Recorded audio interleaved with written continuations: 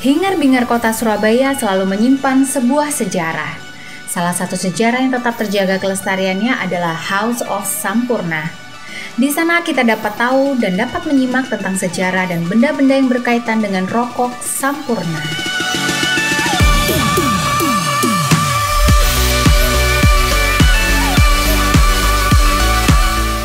Halo pemirsa, jumpa lagi bersama saya Radika. Tahu nggak kita di mana sekarang? Ya, kita lagi di Museum House of Sampurna, salah satu tempat wisata dari Surabaya. Untuk lebih tahu dalamnya, kita bakalan jalan-jalan dan mengungkap semua tentang Surabaya. Yuk pemirsa.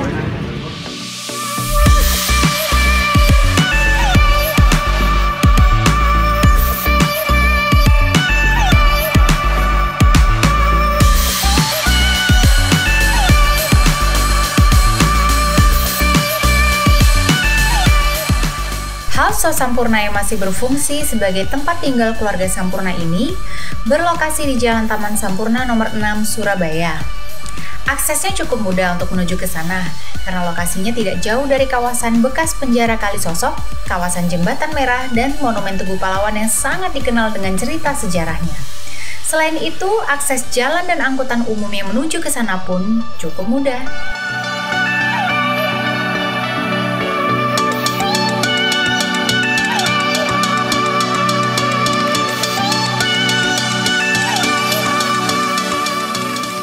Sejarah industri rokok Sampurna tidak bisa lepas dari sosok Lim Sing Ti, pendiri industri rokok Sampurna. Beliau adalah seorang imigran dari sebuah keluarga miskin di provinsi Fujian, Cina.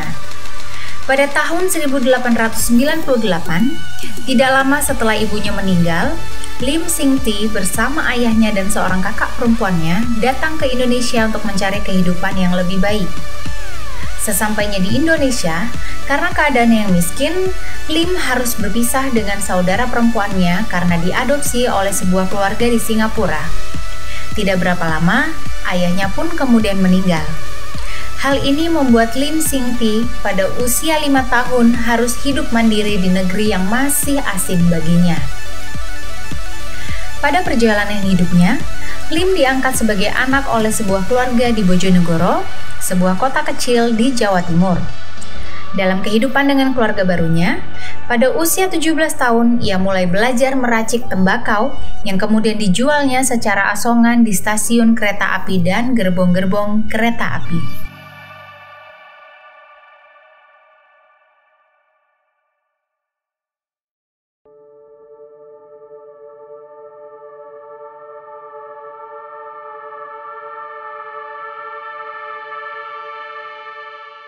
Ini adalah rokok vape yang diproduksi oleh PT HM Sampurna untuk Indonesia.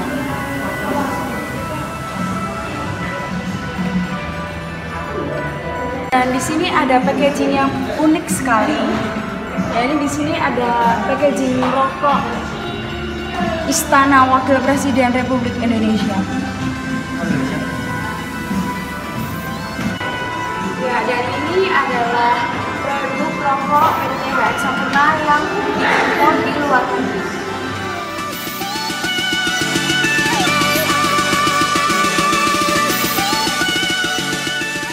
Pada tahun 1912, Lim menikah dengan Sim Chiang Nyo.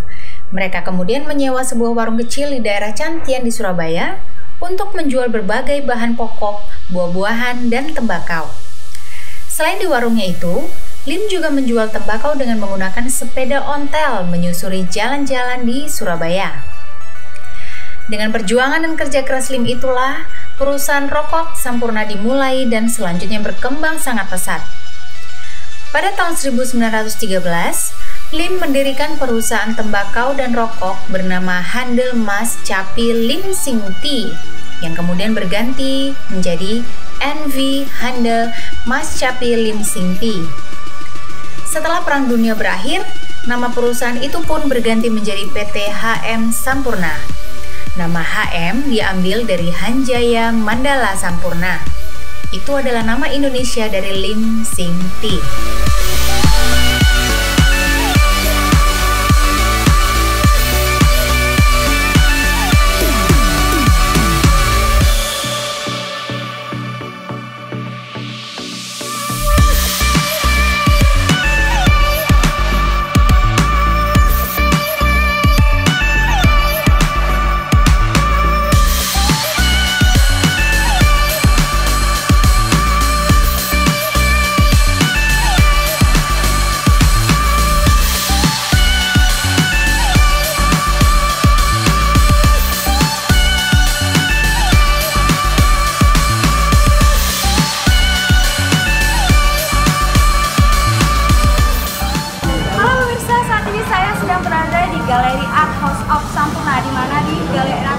ada berbagai macam seni dari para seniman Surabaya. Yuk kita lihat.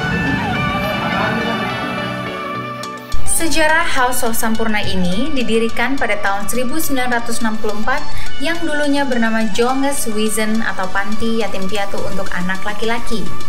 Pada tahun 1912, panti asuhan itu pindah ke Jalan Embong Malang, Surabaya.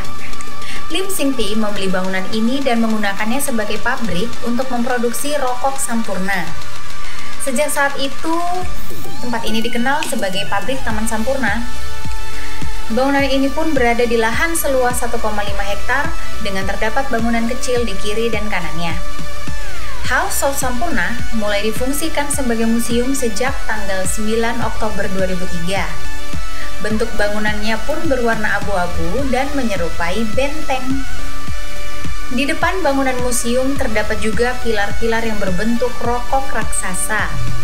Dan di bagian depan atas pada bangunan ini terdapat 4 baris tulisan, yaitu N.V. Handel Mich Sampurna, Sigaretenfabrik Lim Sing Ti, dan Anno 1932. Bangunan utama museum seluas 6.695 meter persegi terdiri dari 2 lantai. Lantai pertama seluas 1.357,90 meter persegi dan lantai yang kedua seluas 220 meter persegi. Pada ruang pertama museum di sebelah kiri terpajang replika warung yang dulunya digunakan oleh Lim Sing Ti dan istrinya Sim Chiang Nyo. Selain itu, juga terdapat sepeda ontel dan peralatan-peralatan lainnya yang dulu digunakan untuk berjualan tembakau dan rokok. Ada juga pajangan replika bangunan khas Sumbawa untuk menyimpan dan mengeringkan tembakau. Tidak kalah menariknya, dipajang juga cengkeh dan tembakau-tembakau pilihan dari berbagai daerah.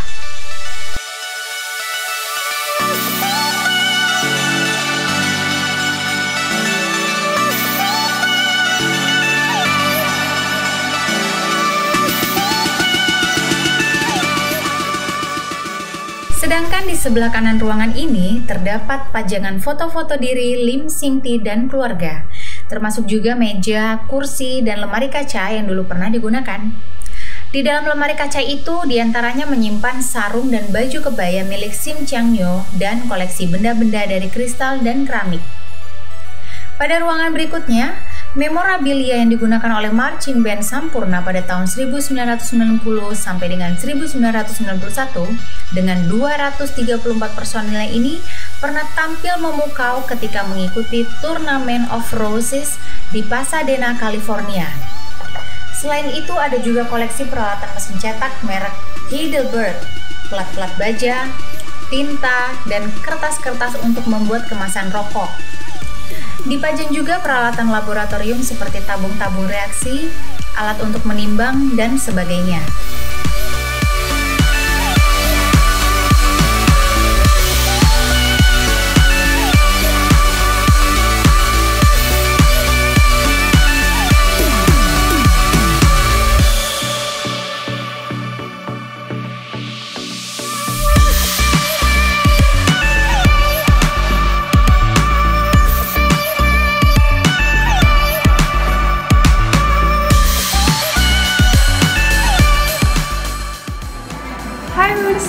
Saat ini saya akan ke lantai 2, di mana di lantai 2 ini ada berbagai macam kesenian dan produk khas Jawa Timur.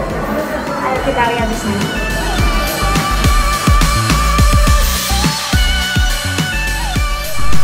Ada juga ruangan di lantai 2, yaitu ruangan souvenir. Dari ruangan ini, pada hari dan jam kerja, pengunjung bisa melihat langsung aktivitas pekerja yang sedang melinting rokok. Sayang, demi alasan privasi dan kenyamanan, untuk aktivitas di lantai 2 ini dan aktivitas pekerja membuat rokok, pengunjung dilarang untuk memotret dan mengambil gambar. Koleksi-koleksi House of Sampurna sangat membuat pengunjung merasakan pengalaman yang berbeda dengan mengunjungi museum. Pajangan koleksinya yang tertata apik dengan pengaturan cahaya secara khusus membuatnya tampil begitu mewah dan elegan. Tidak itu saja, di luar bangunan utama pada sebelah timur terdapat rumah pribadi yang dulunya menjadi tempat tinggal Lim dan keluarganya. Pendiri Sampurna ini memiliki prinsip bahwa mereka sekeluarga harus tinggal di lokasi pabrik agar bisa belajar langsung mengendalikan bisnis perusahaan dengan lebih efisien dan efektif. Rumah ini pun sekarang digunakan sebagai kantor dan kafe. Di rumah ini terdapat juga pajangan sebuah mobil kuno jenis Rolls-Royce buatan tahun 1972 yang diproduksi terbatas dan saat itu dibawa langsung dari Singapura. Mobil milik generasi kedua keluarga Sampurna ini memiliki nomor kendaraan yang unik, SL234. Bagi pengunjung yang suka dengan benda-benda seni, jangan lupa untuk masuk ke ruangan galeri seni yang berada di bagian belakang bangunan utama. Sudah pernah dengar tentang fasilitas bis gratis keliling Surabaya? Ya, fasilitas ini disediakan oleh House of Sampurna dengan nama Surabaya Heritage Track. Dalam sehari, ada 3 kali keberangkatan dari House of Sampurna untuk hop on dan hop off atau biasa disingkat ho-ho di beberapa tempat bersejarah di Surabaya. Durasi waktunya sekitar 1,5 sampai dengan 2 jam. Dan trip ho-ho ini akan berakhir kembali di Museum House of Sampurna.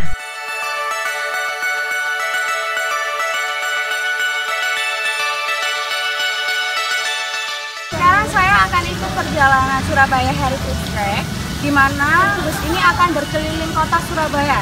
Yuk kita lihat serunya gimana Surabaya, pemirsa. Beruntung sekali bisa merasakan keliling Surabaya gratis dengan bis Surabaya Heritage Track.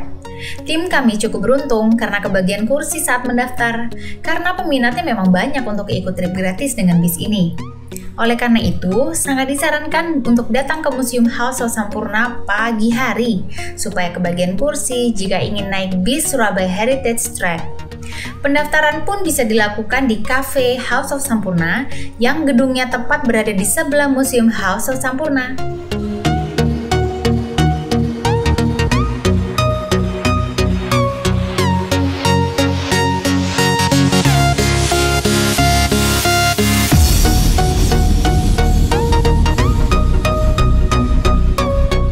Oke, selamat siang semuanya.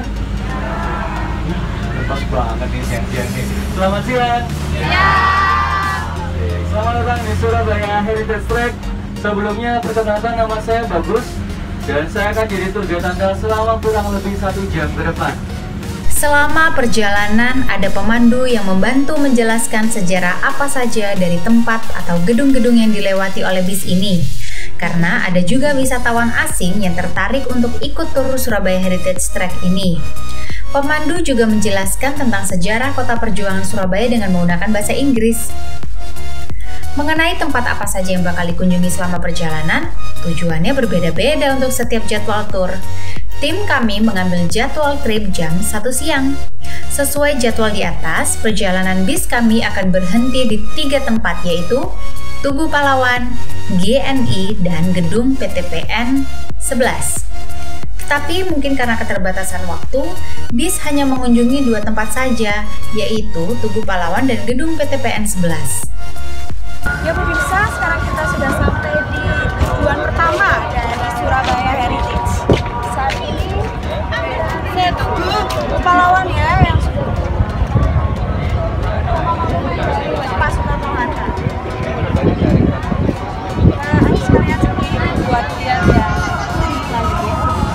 Andai saja tim kami tidak mengikuti trip singkat Surabaya Heritage Track, mungkin kesannya akan berbeda dari kunjungan-kunjungan ke Tugu Pahlawan sebelumnya. Buta sejarah. Tidak banyak informasi yang didapat mengenai sejarah Surabaya. Kita hanya bisa menikmati apa yang bisa dilihat saja, seperti relief, replika reruntuhan gedung, patung proklamator, Tugu Pahlawan berbentuk paku terbalik, serta Museum 10 November. Berbeda ceritanya saat mengunjungi Tugu Pahlawan bersama rombongan Surabaya Heritage Track. Pemandu menjelaskan berbagai fakta sejarah dari apa yang digambarkan pada relief-relief di permukaan dinding pagar, serta cerita menarik dari apa saja yang ada di sana. Selama di Tugu Pahlawan kami sampai lupa waktu. Kami mulai memisahkan diri setelah pemandu merasa cukup memberikan penjelasan tentang sejarah kota Surabaya dan memberi waktu bebas kepada rombongan.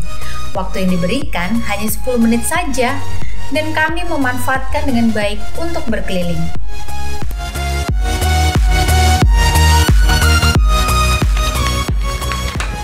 Ya pemirsa, sekarang kita sudah sampai di tujuan kedua dari Surabaya Heritage. Nah, ini adalah PT Perkebunan Nusantara yang ke-11. Untuk tahu yang lebih dalamnya, ayo kita masuk ke dalam ya. Gedung ini dibuat oleh pemerintah Belanda yang materialnya diangkut langsung dari Belanda. Pembangunannya memakan waktu sangat lama, yakni lebih dari 10 tahun. Tidak hanya material batu saja yang asli dari Belanda, tapi juga material lain seperti handle pintu dan lain sebagainya.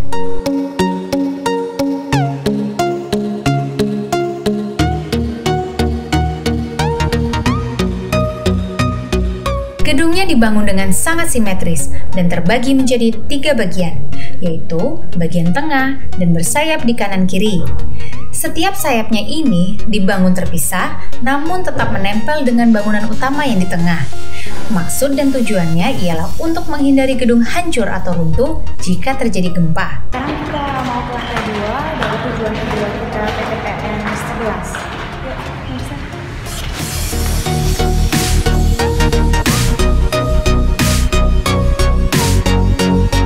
Di ruang art gallery ini tersimpan karya seni hasil seniman terkenal berupa lukisan abstrak dan patung-patung yang dipamerkan di ruangan art gallery berlantai 2 ini. Barang-barang seni tersebut siap untuk dibeli atau disewakan kepada pengunjung yang tertarik. Dan saat ini terpajang juga beberapa lukisan dengan tema Ampiang Kacang Cino Gulo Jowo yang menjadi salah satu art exhibition akulturasi dari 4 seniman seni rupa, yaitu Biji Febiola Natasha, Rahmat Priandoko, Aloysius Erwin, dan Nani Wijaya. Ini trek yang paling horor menurut aku sih pemirsa. Jadi kalau pengen tahu di dalamnya gimana, ayo kita ke sana.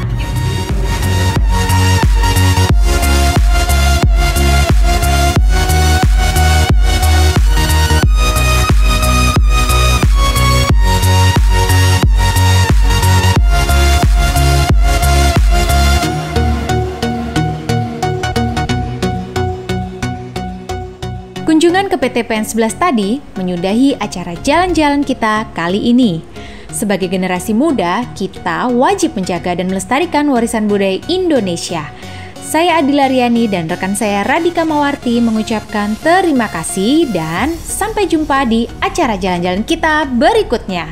Dah!